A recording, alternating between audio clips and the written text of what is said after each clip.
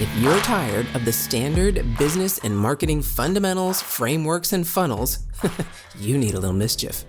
Get ready to turn up the volume on the CEO Mischief Maker podcast, where you access conversations with seasoned business owners who have smashed through mindset barriers, innovated the standard boring business and marketing playbooks, and executed future-paced strategies with bleeding-edge tools and tactics to micro-fail their way into massive success and growth.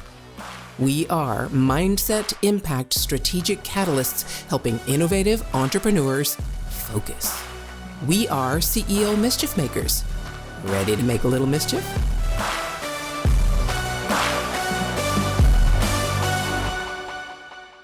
Welcome back. Hello, CEO Mischief Makers. Stacey and I get to really get down and share the dirt, share the referrals, share the kindness, share the whatever you want to say we're going to share. Welcome back to the conversation, Stacey Brown Randall. And all right, let's just dive in. If you have not listened to Monday or Wednesday, get your little hiney over there and listen to that, because it will set you up for what we're going to talk about next. So Stacey, anything you want to start with in this process? We're going to start with strategy and tactics. So when we're talking about referrals, how do we kick us off? How do we start with what strategy do we use? What kind of tactics do you recommend? Just dump it all. Yeah. Okay. So this can get super, super overwhelming. So I want to break it down, and I want people to think about that there are like layers or levels to the different types of referral strategies that you can put into place. And everything is based on where you are starting from. So you kind of have to pay attention to where you're starting from. And I'll give you some key starting points where people typically are starting from as we talk, but pay attention to where you're starting from to determine probably the direction in which you need to go. There are 3 foundational referral strategies that most businesses will deploy absolutely one of them, quite possibly 2 of them, and maybe even all 3. That doesn't mean every business needs all 3 of these foundational strategies. But I try really hard not to teach anything else to my clients until we've got these locked and loaded, because these are the long-term success strategies. When I talk about taking a client who averaged 12 referrals a year before working with me, and then got her 40 referrals in her first year, and then 52 in the second year, and then 57 the next year, or 62 the next year. And then, right, when I talk about taking someone from 40 in their first year with me to 82 in their 5th year with me, it's because we got multiple strategies happening. And I just want to set the stage that this isn't going to be like one and done and you've got this one strategy, though I do have lots of people who have success that way. But we have a total of 18, not to overwhelm you, a total of 18 strategies that we teach, but there's 3 where you're going to start with. And then of the 15 other ones, you may not need them, or you may just need some of them, but it's all based on where you are. So the first thing that I want you to think about is, how do you answer this question? Do you have referral sources? And referral sources being the people who put their reputation on the line and refer other people to you. You're not referred from your leads group. You're not referred from an event. There's either somebody at that networking event that's referred someone to you, or in a group. There's always a human. So referral source is always a human. They have a first and a last name, right? And so it's important for you to recognize, do you have referral sources? Because one of the first foundational strategies that I teach people is what I like to refer to as my low-hanging fruit strategy. And it's our growth by referrals. And that is, hey, you're getting referrals, so let's help you grow faster by getting you more. It's what you do if you have existing current referral sources. If you've had people who've referred you in the last 2 years and are quite possibly referring you right now, that is my ability to come in and be like, okay, we know exactly how to turbocharge this process by building out the right plan of how you're going to take care of them, with using the right language and making sure you create a process around it so you actually implement what you're supposed to in that 1-year time frame. But it all comes down to you being able to answer the question, do you have referral sources? And most people are like, I think so, possibly. I bet I do. Like, I know I do. But I don't know, right? Like, you know what I mean? You get all these different types of answers from people like, oh my gosh, she's putting me on the spot. And I'm like, yeah, I need a number. It's one number. It's not a range. It's not a guesstimate. It's, I have 22 referral sources. I have 3 referral sources. I don't care what your number is. It's irrelevant to me. I'm going to grow it regardless. But like, the idea is that you've got to know where you're starting. And where you're starting is, do you have referral sources or not? And if you have, and I usually tell folks more than 5 people who are actively referring you, which, and we consider active like they've referred you in the last 2 years, anything prior to that we consider inactive, then we can take that and try to double, triple, or quadruple your results. Because we know that if somebody's referred you before, when we put them through our process of how you're going to take care of them and do a better job in that relationship building, we know that they're going to have the opportunity they'll be able to see more opportunities to refer to you. And so it always starts that first foundational strategy. Referral sources, check. Okay, let's get more from those already referring us. But I know there's lots of you sitting there listening and you're like, let's just say I have none. Like, let's just assume I've got 0 referral sources. So you need some then, right? Referrals literally do not grow on trees. They come from other humans. So you're going to have to do some work with some other humans to get them. And so we have another strategy that's called the potential referral source strategy. And it's how we turn clients and contacts into referral sources. And there's a nurturing process. And I'm going to be honest with you, it is the process that for some folks takes the longest before it starts to work. Because I always like to tell my clients, you're going to kiss a lot of frogs before you get to your princes and your princesses, because nobody walks around with a big neon sign across their forehead that says, I give excellent referrals. Like, nobody walks around. And like I want to like, give them to you and you alone. and only you. I don't know what you do, but that's all right. I got all the people for you. Like, we don't know. And some people, we think, oh my God, they're so well connected, or, oh my gosh, they loved working with me so much. Of course, they're going to want to refer me. No, they're not. Because referrals aren't about you. It's about them helping somebody else. So you've got to have the right relationship with them so they think about referring you. And the better we identify who our referral sources are or who we want our referral sources to be, the faster this will move, right? Like, the definition of somebody that can truly refer people to you, they actually come across your ideal client. Like, that's part of the definition. Like, they need to actually come across your ideal client. That doesn't mean it's common, like, oh, of course they come across my ideal client. Some people come across your ideal client you have no idea about until you start paying attention to it. And one of my favorite things I hear from people who like go in to identify like who should be referring them, they're like, oh my gosh, it's like I've been sitting on these humans for so long and I had no idea how to even consider them potentially able to help my business. But here's the secret of the potential referral source strategy.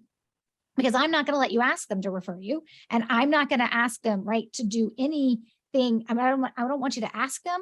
I don't want you to tell them. I don't want you to even hint about it in a little subconscious, way, like, by the way, you can always refer me. It's like asking, right? Like, we don't do any of those things. At the end of the day, right, when we're looking at it in that way and we're paying attention to it in that way, when we're thinking about those referral sources, you know what makes them want to refer you? When you help them, it actually has nothing to do about wanting to refer you. That is like an afterthought. They start to remember you and build a relationship with you and like you and trust you because you're actually trying to help them and be a good human, right? Kind of loops back to what we talked about earlier. But it comes down to that. So a lot of the strategies I teach people, they're like, this feels backwards. Like, it just feels like we're going the long way to get to the point we want to be in. I'm like, yeah, because the long way is respecting that relationship with that human who does not need to or have to refer to you. Like, you're not doing them any favors. They're doing you one. Yeah. So let's focus on that and pay attention to that human dynamic piece. So first strategy, you got referral sources. Great. Let's get more referrals from them. Let's put that strategy in place. No referral sources. That's okay. We need to cultivate some new people to start referring you. The third foundational strategy is your client experience. And we call it the referable client experience. And so part of this is like, you got to be referable. I mean, I know that kind of goes without saying, but it doesn't. Like, you would be surprised how many times people don't recognize the things that make somebody else say, wow, I just didn't see that coming from my attorney, right? I just didn't expect that from my interior designer. I just didn't expect that from my business coach, right? You'd be surprised how people don't think about how we create a referable client experience. And here's the key, that's repeatable. Every client, right? Every client's getting that same experience. And so there are things that we do that allow it to work while still giving that amazing client experience that I like to refer to as sticky, right? So people will stick around and continue to refer you. but you got to be referable. And then you need to know the moments within your client experience where you can plant referral seeds to get clients to start thinking about referring you. But because you're doing it for all your clients, we don't expect it to work with all of our clients, but we do expect us to help identify those that have the potential to be able to refer us, whether we're going to just put them through that process and they get referrals, great, or we then eventually identify them to go into our second strategy. Oh, that's a client I've identified that could potentially refer me. Let me nurture that relationship a little bit more. Everything I teach is interconnected, right? But we do think of people in silos based on have they referred, have they not, and are they a client, and maybe they could refer us from that foundational level. Then everything we do above that is about making the results better. Like I know some people, they get great referrals. Like they get lots of, let me not say great, they get lots of referrals. None of them are the right quality. They can't actually convert any of them into clients. They're like, so I get referrals, Stacey. I'm like, great. What's your closing ratio? They're like 10%. I'm like, that is terrible. Like either you're not doing Especially something from right. referrals. Right. Like you're either not doing something right in your first conversation with a referred prospect, or you're not getting the right quality. It's one or the other. Not everybody's a fit. I don't need 100% close ratio, but like I do need you above 50. And so it's either quality, you're not getting referred the right people, or you don't even know what you're supposed to be saying to a referred prospect, which by the way, is totally different than what you say to a cold prospect in that first meeting. Well, those are two situational strategies that we teach that are like languages. Like lots of the situational and next level strategies they all come down to the what to say. And most people are like, oh my gosh, you just told me what to say. And that's brilliant. Why didn't I ever think of that? I'm like, I don't know, but thank goodness you didn't, because that's why I have a company. That's why I'm here. That's why people think of me as brilliant, because I've done this quite a few times. Just almost a decade. Just almost a decade.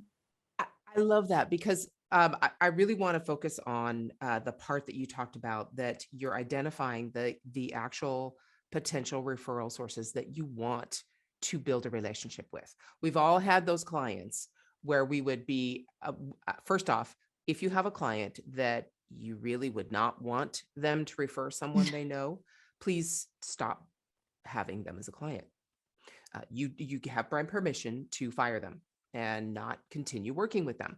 So, because here's the deal. What did Stacey just talk about? Do you want referrals from that person or that business that you hate serving, or that you do not connect with, or you don't really have a good relationship with that person? They're going to send people to you who are like them, because most of us hang around people who are like us.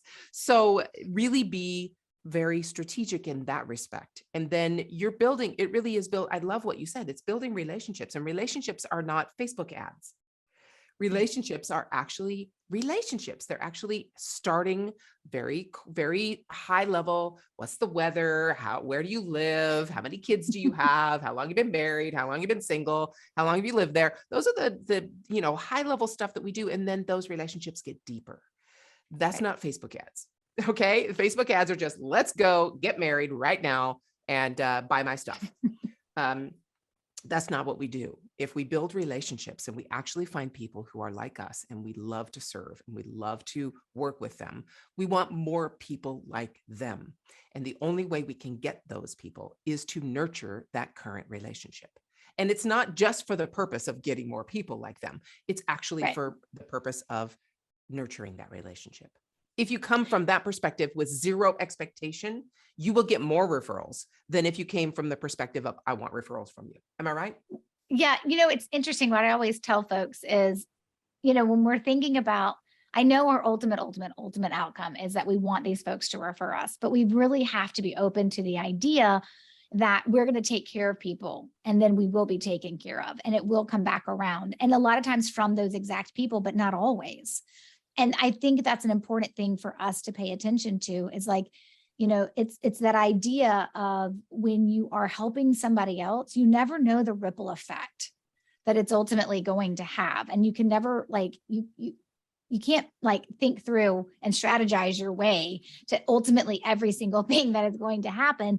But I do know, if we pay attention to the science and the experience that we've had doing this almost the last decade, there are some tried and true things that we know that if you do these things to take care of your referral sources and you mean it, then the good will come, then the referrals will follow. And I always tell folks, when people want to join my group coaching program, because it's an intimate small group and we all get to know each other and I get to know your business really, really well. Like usually like when they fill out an application, so and then I go stalk them on social media and their website. And I'm trying to get a sense of who they are. I don't always have to have a conversation with them before they join, but I need to know who they are because my processes will not work if you are dead inside. Like they're just not going to work if you're just worried about the next client, the next dollar, the next thing, right? Like some of this stuff, it's people being like, I couldn't imagine that this was going to happen because of this one little thing Stacey told me to do. And sometimes it's you know what, I had to do a number of things that Stacey told me to do. And I had to be patient for 6 months or 9 months or whatever it was. And then all the things started happening and coming. Like I need to know that you can trust the process, but I also need to know that you have a gratitude mindset and that you actually give a darn about people. Like you fundamentally have to think to yourself, you're willing to put your reputation on the line to refer people to me, MK. Guess what? You're worthy of me investing in that relationship because you're investing in me. Like, of course I would want to take care of you, right? Like that's the fundamental piece that I cannot teach, nor am I ever going to teach, that people have to have. Yeah, I agree. And I know from the recent event that we were both attending last week, I went through a whole process of, I couldn't have strategized this series of events that led to this XYZ thing. And almost always in our lives, we can't strategize exactly where we started and where, like you just said, you didn't start your second business as a productivity coach with the intent of creating a referral process and training. Right. That just wasn't even part of the consciousness. And so believe me, if you allow yourself to take the adventure, take the risks, build relationships, invest in people, invest in others the way you would like to be invested in, but not with the expectation that you're going to get it back. But do that, invest in other people. And believe me, it will come back to you in ways you never, ever imagined. And one of those ways is amazing referrals. And thank goodness Stacey has a process for that. So what else can we, I mean, you went through those three main starting points, and everybody listening, all right, mischief makers out there, think of which one of those you were in, the referral sources you already have. If you have none, where can you build them? How can you start them? And then your clients being actually referable from your clients. Anything else that you think we need to know to be able to just take those three options and at least start making a little headway with them? Yeah. So the first thing I want to do is just address the people who are sitting there listening to themselves and they're like, do I have to do all this myself? Like if I have a team, can they help me in this? And absolutely. I mean, there's people in my group coaching program where I actually only really know the marketing coordinator, right? Or the assistant. Like, I mean, I know the business owner, but they don't show up and hang out with me and ask questions, right? On a weekly or monthly basis. So, you know, this is not something where I need you to hear, oh my God, this is so much more work that Stacey is going to lay on me if I want to get these referrals. I do want to recognize that there is absolutely work involved, but there's ways to make it easier and there are people that can help, and you go one strategy at a time. We call it strategy stacking inside my group coaching program, Building a Referable Business, because you're not allowed to stack and do more than one at a time. We don't double stack, we single stack. And then as you implement them and as you get them in place, and some people have all the success in the world they want, and they have 2 strategies running and that's it. They don't need all the other ones. But I think the place to start and the thing for you to understand, and really if you're like, do I want to go on this journey? Like, do I want to you can build a business in a lot of different ways. And there's a lot of good ways, a lot of right ways. There are probably some wrong ways, but like, there's nothing wrong with our marketing and our prospecting, right? And just, if you're going to do referrals, I need you to think about it differently. And so you got to think about it. This is the journey you want to go on. I find that people get really clear and they're like, okay, I'm going to take control of my referrals like never before. When they go through that process we talked about of truly identifying who their referral sources are, because when you see those names in black and white and you're like, it's MK and it's Mike and it's Kathy and it's Lauren, and it's like, you're like, oh my God, these are my people. And it does something to you. And it doesn't matter it doesn't matter what it does to you if you go one direction or the other. But for those that look at that list and they're like, these are my people and I want to take better care of them. And then guess what? When I do that, I can actually be rewarded with more referrals from them as well. I think it kind of helps solidify, am I willing to do this work or not? Am I willing to step out and do this and take the time? Because it will take some of your capacity, not a lot, Not a lot. I actually tell folks you need to, in your first year of execution, once you've built your plan, particularly if you're building the plan for existing referral sources, we're talking about 20, 25, maybe 30 hours in a year. In a year. I'm not even talking about a full week's worth of work. And you're going to do it in a year and double, triple, quadruple your referrals. So depending on where you're starting from. So I think just identifying who are your people, who's your tribe, right? Who are the people who are referring you now? And what do you want to take better care of them, different care of them? And if you do, right, then you can decide what direction do I want to go and how do I want to handle this? Okay, hold on. If your mindset was shifted, you were inspired to innovate, and you were spurred into action, don't just move on with your day. Focus, my friend, and take a few minutes to visit CEOmischiefmaker.com to learn more about the value that was shared with you today. Please act now and create some CEO mischief of your own.